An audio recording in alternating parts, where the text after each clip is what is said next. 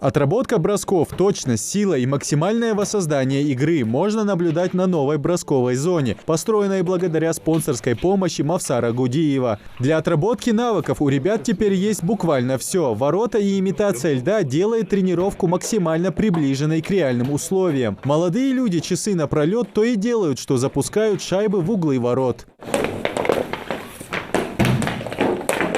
Сейчас у ребят перерыв, приходится тренироваться по индивидуальным программам. Льда в ледовых дворцах пока нет. Администрация ледового дворца Эрзи сейчас занята обновлением покрытия. Обещают закончить через 2 недели. А пока ребята занимаются общей физической подготовкой. Тренировки чередуют на траве и в бросковой зоне.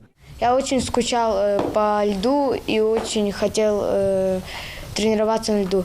Но мы тренировались делали сухие тренировки, потому что пока нам лед не залили. Мы делали 8-ки, и у меня это хуже получалось, чем раньше.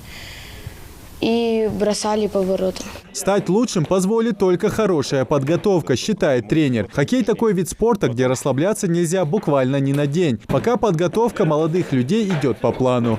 Мы работаем, мы на улице работали, просто так не сидели, мы без льда, хоть и льда нет, но мы занимались и клюшками, и отрабатывали все. Но с этим нам намного будет проще и быстрее, так как шайба на нем катается. Соответственно, бросковая зона будет у нас успешнее. Общее физическое упражнение проходит все через бросковую зону, через лед, вот этот бросковый, где можно отрабатывать эти упражнения.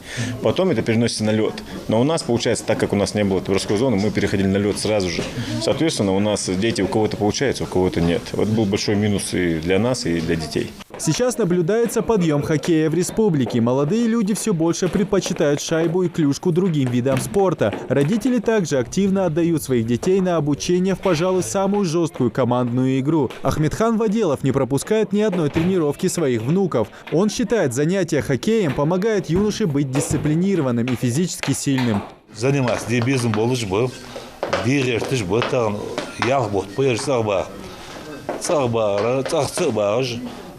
хабяки вот сухой тренировка, каждый день хау, кахигиш ханов, лед ханбеси, но лед цехал совсем другой мир, больше тренировка, футбол мечи играть даже.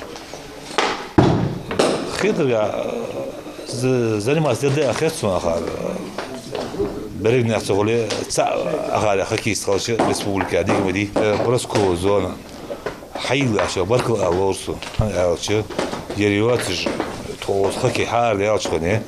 Я бросковая зона, я адахч осорна ваня адахч бросковый, чё слабо ертх.